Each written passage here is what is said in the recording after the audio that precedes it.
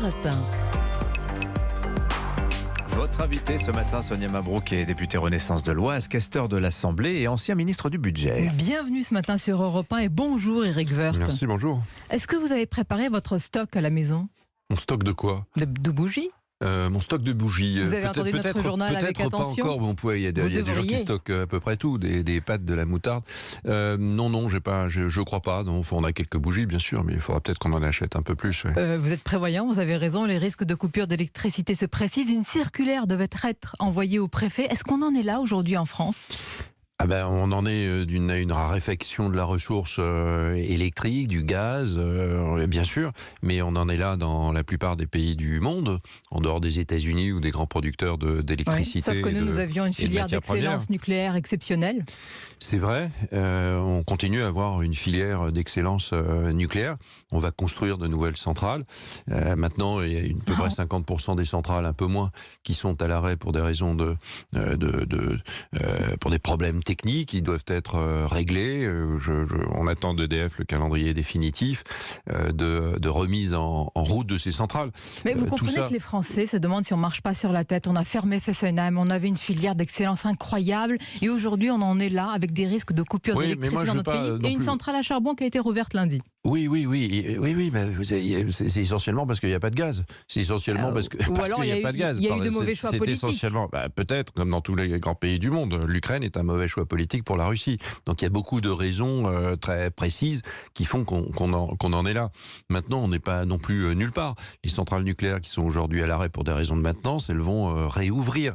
Le programme qu'engage le président de la République sur la construction de nouvelles centrales, il va se faire. Donc on va miser sur le nucléaire. J'ai toujours été pro-nucléaire, j'ai toujours considéré, comme beaucoup d'ailleurs de Français, que le nucléaire était tout à fait incontournable. Et qu'il faudra ajouter au nucléaire, évidemment, des énergies renouvelables. Il faut faciliter la mise en place de ces énergies renouvelables. Vous remarquerez que ces énergies renouvelables, elles ne font pas non plus tout à fait l'unanimité parmi les Français et parmi les groupes politiques. C'est vrai pour l'éolien, un peu moins vrai pour le solaire. Mais on a besoin d'une énergie, d'un mix énergétique comme on dit, c'est-à-dire d'avoir plusieurs sources d'énergie. Oui. Et la principale source d'énergie pour la France, c'est et ça doit rester le nucléaire. En France, Éric Woerth, l'inflation se stabilise, mais elle pèse lourdement sur la consommation des ménages. L'inflation est autour de 6,2% et le gouvernement continue de dire que tout est maîtrisé. C'est le cas ? Mais moi, je ne présenterai pas comme ça. L'inflation, elle est le fruit d'une situation, elle est le fruit de plusieurs raisons, des raisons fondamentales, structurantes, qui sont le changement de vie auquel on assiste aujourd'hui, la volonté de protéger mieux la planète et donc de changer de mode d'énergie. Tout cela s'ajoute évidemment à une crise géopolitique qui est absolument majeure. Donc il y a beaucoup de raisons qui font qu'il y a de l'inflation. On est aujourd'hui un des pays, alors après certains peuvent dire ça coûte trop cher, mais on est dans un des pays, probablement le pays d'ailleurs, dans lequel les Français sont les plus protégés. Donc on va dépenser pour la protection du pouvoir d'achat des Français et des entreprises à peu près 100 milliards d'euros. Donc c'est des sommes absolument considérables. On dépense autant là-dessus que sur la protection contre le Covid. Vous qui étiez si regardant sur les finances publiques, ce matin encore, Gabriel Attal annonce une nouvelle aide pour les indépendants. Certes, c'est bien, il faut le souligner, mais on a l'impression que c'est open bar pour les finances publiques. Est-ce que le gouvernement tient encore ses objectifs ? Je crois qu'il n'y a pas beaucoup d'autres possibilités. La vérité, c'est que la France est explosive, souvent, mais que ne pas protéger les Français, dans d'autres pays, sans doute, ça passe mieux, ne pas protéger les Français rendrait le climat insupportable et rendrait sans doute l'impossibilité totale de faire les réformes nécessaires. Donc c'est la condition, c'est une condition coûteuse, évidemment, qui ne peut pas être durable, mais c'est une condition pour continuer à pouvoir réformer. Vous ne faites pas la réforme des retraites si vous ne protégez pas par ailleurs. Et ces réformes, elles sont structurantes et structurelles. Et puis le scénario qui serait qu'on protégerait moins les Français, comme si on avait moins protégé pour le Covid, ce serait alors un coût tout à fait considérable de remise en marche de la machine économique française et une augmentation du chômage. Vous parlez d'un contexte explosif, c'est un choix. Là, quand évidemment, même. On ne peut pas rester avec des niveaux de déficit de 7.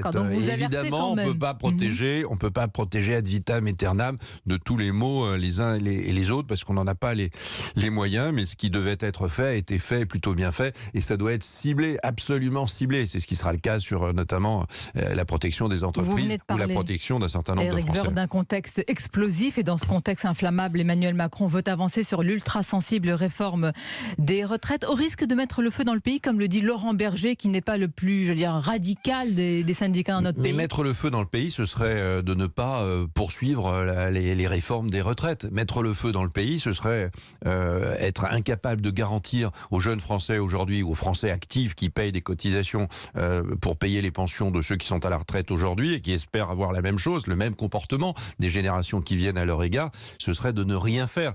Ce qui serait explosif, c'est d'être irresponsable avec le système de retraite. Donc il faut bien le faire, il faut regarder les choses avec lucidité. Et au moins, c'est un sujet qu'on peut comprendre assez facilement. Mais jusqu'où va la lucidité ? C'est qu'à un moment donné, vous avez de moins en moins d'actifs, de plus en plus de pensionnés. Voilà, il faut réadapter notre système de retraite pour garantir cette chaîne de responsabilité. Est-ce que c'est 64 ans avec une accélération de la hausse de la durée de cotisation, ou est-ce que c'est 65 ans ? Mais je pense que c'est plutôt 65 sans doute. C'est faisable, 65 mais vous savez ce qui compte, c'est à quel moment on atteint cet âge. J'ai bien 65 ans l'année prochaine, ça ne marche pas. Si vous dites 65 ans dans quelques années, dans 10 ans, si vous décalez de 4 mois par an l'âge de la retraite, bon, ça se fait en douceur. Et puis vous préparez au fond, à un changement d'âge de votre retraite. Et puis vous avez des mesures de compensation, la pénibilité. 65 ans, c'est un totem. C'est faisable, entendre 65 ans pour vous, c'est faisable. Écoutez, on a supprimé il y a 12 ans avec Nicolas Sarkozy les 60 ans. C'était un totem bien plus important. Les 60 ans, c'était un symbole quasiment inscrit dans la tête des Français pour toujours. Avec quelle résistance, combien de manifestations, de blocages dans le pays. Il y a eu des millions de gens dans la rue. C'est la vie, c'est la France. Et en même temps, ça n'a plus été contesté. Et en même temps, ça a rétabli le régime général pendant de nombreuses années. Mais depuis, le pays s'est fracturé. Il faut prendre ce risque aujourd'hui. Le pays est moins fracturé qu'on ne le croit. Il est beaucoup moins fracturé qu'on ne le croit. Moi, je pense cela très profondément. Et c'est vrai que je suis un peu le seul à le dire. Mais au moins, j'essaie de le dire. On partage ensemble beaucoup plus d'objectifs qu'on ne le croit. La protection de la planète, la lutte contre le réchauffement climatique. Bien sûr, vous parlez des grands objectifs. Là, nous sommes. Mais attendez, il y a 10 ans, vous n'aviez aucun grand objectif en commun. Aucun. Qui nécessite des contraintes, qui nécessite des mesures, qui nécessite des transformations, des changements de vie. Mais sur tout la ça réforme des retraites, pas. le diagnostic n'est pas partagé. Mais on est d'accord. Mais les Français sont d'accord. Ils sont d'accord pour qu'il y ait un système par répartition, par rapport à un système de capitalisation. Ils sont d'accord pour qu'il y ait une solidarité entre les générations.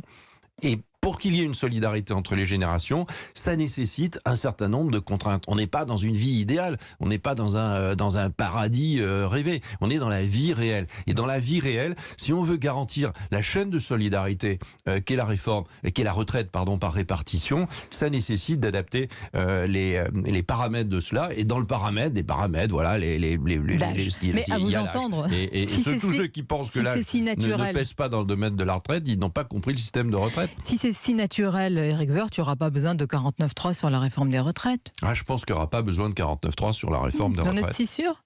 Non, je suis sûr de rien. On est dans un monde d'incertitude. Je vous donne mon opinion. C'était juste le 7e. C'était le 7e 49.3 hier sur l'ensemble du projet de la sécurité sociale. Ça se dégaine vite. Je n'ai pas entendu LR dire qu'il voterait contre la réforme des retraites de façon au préalable. Alors que les groupes politiques en dehors de la majorité avaient indiqué qu'ils ne voteraient ni pour le projet de loi de sécurité sociale, ni pour le projet de loi de finances, c'est-à-dire le budget de l'État. Le gouvernement, il a des armes constitutionnelles, il les utilise et il a bien raison de les utiliser. C'est pas un aveu de faiblesse, le 49.3 ? Non, c'est pas un aveu de faiblesse, c'est un aveu de réalisme par rapport à une situation où vous êtes en majorité relative. Quand toutes les oppositions, vous avez évolué sur ce sujet, quand elles sont agrégées, ont la majorité absolue à l'Assemblée, vous prenez ça a été prévu par les créateurs de la Constitution. Vous avez évolué sur ce sujet, Éric Woerth. Sur le 49.3 oui, en 2015, ça fait pas très longtemps, vous disiez... C'était il y a un siècle, 2015. Bien sûr, Éric Woerth affirmait dans un micro d'une autre radio que pour recourir au 49.3, pour faire passer à l'époque la loi Macron, c'est un aveu de faiblesse du gouvernement Valls. Et d'ailleurs en 2020, mais là c'est pareil.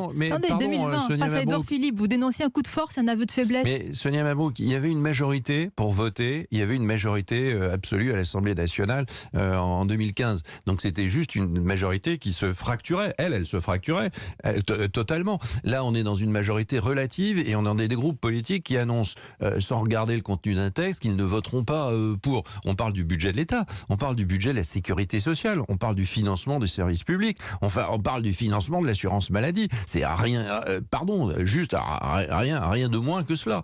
Il est naturel que le gouvernement le fasse et l'utilise. Et la réforme des retraites, elle pouvait continuer sous Édouard Philippe. On aurait pu continuer 15 jours, 3 semaines de plus. J'étais contre cette réforme parce qu'elle était incompréhensible. Personne ne pouvait se projeter dans l'avenir sur un système de retraite. Ce que donnera celle-ci. Mais celle-ci, elle est parfaitement compréhensible et les grandes lignes qui ont été évoquées par la première ministre comme par Olivier Dussopt me semblent être au fond de bon sens.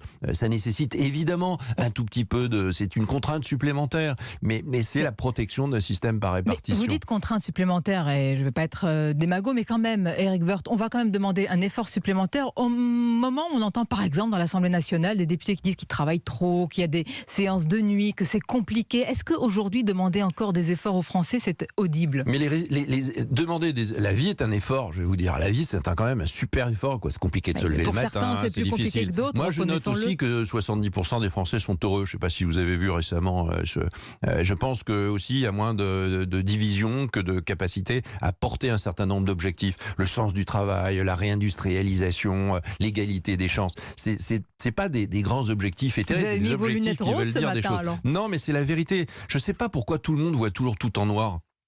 Oui, il faut s'adapter. La situation, elle est probablement plus complexe qu'elle ne l'a été depuis bien longtemps, parce qu'on est en train de changer de monde, de transformer ce monde. Il y a plein de mots, il y a plein d'articles de journaux, il y a plein de livres là-dessus. Mais c'est la vérité. L'ambiance entre les nations est de plus en plus tendue. Le président de la République est aux États-Unis et il a raison d'y être. Oui, et est-ce qu'il a raison de dire cela devant la communauté française? Emmanuel Macron a pointé une politique américaine qui se fait au détriment de l'industrie européenne. Il a dénoncé des mesures super agressives qui peuvent fragmenter l'Occident, c'est clair, mais est-ce que c'est de nature à faire changer les Américains? Il y a un individualisme des nations par rapport au collectif national, ils ont tort de se protéger, au droit international.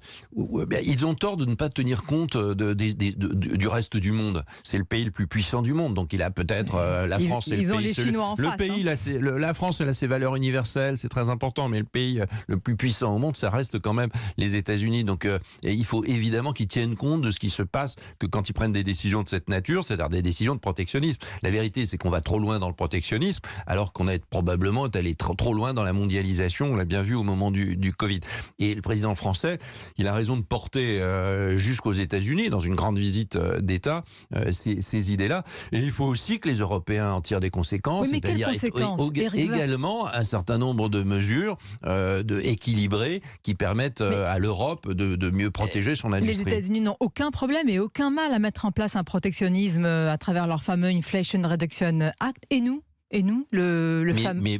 mais le langage de dire il faut ce type d'acte, une sorte de European by Act, comme on dit, ça fait longtemps qu'on en parle, et il n'est pas du tout fait. Il faut continuer à y travailler. On a besoin de se protéger. Notre industrie automobile allemande, l'industrie plus largement. Ça fait 20-30 ans qu'on le dit. Pourquoi on ne le fait pas? Qu'est-ce qui bloque?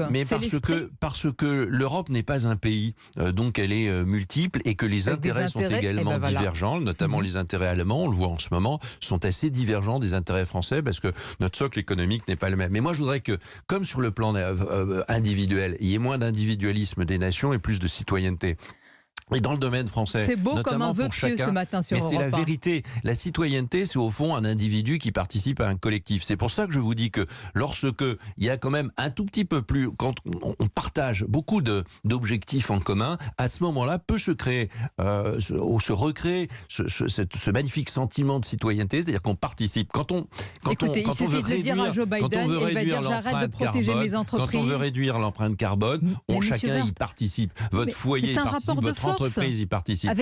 Qu'est-ce qu'on a dans notre besace pour protéger notre industrie européenne? Les États-Unis ont aussi besoin de l'Europe. Et voilà, on a le droit de penser qu'ils ont aussi besoin de l'Europe et on a le droit d'aller leur dire jusque chez eux, en amis, et également de façon extrêmement ferme. Et on a le droit aussi, quand on est européen, de considérer qu'on doit mieux intégrer nos politiques, parce qu'en général, tous ceux qui regrettent que l'Europe soit trop faible, on l'empêche d'augmenter son niveau d'intégration. Une question sur, est-ce que l'après-Macron est déjà dans toutes les têtes, ou bien, comme l'a évoqué Alexis Brézé dans son édito, d'ailleurs pour s'en moquer. Certains pensent qu'Emmanuel Macron pense lui-même à la dissolution, démission, réélection. J'espère que tout le monde nous suit ce matin sur Europe 1, parce que c'est un scénario de science-fiction politique. Non, mais il y a du folklore dans toutes les. On peut toujours faire tous les scénarios possibles et les plus folkloriques, mais la vérité, c'est que il faut aider Emmanuel Macron à réussir. Il n'y a pas beaucoup d'autres solutions. Je pense que l'intérêt du pays surplombe tous les intérêts de tous les partis et toutes les ambitions personnelles. Donc le président de la République, il est président de la République, il est en face d'un mur de responsabilités et d'un mur aussi de réformes à faire. Il faut tenter de l'aider, il faut évidemment les amender, les modifier. L'expression démocratique est là. Mais il faut le faire parce que c'est l'intérêt du pays. Merci Éric Woerth d'avoir été notre invité ce matin sur Europe 1.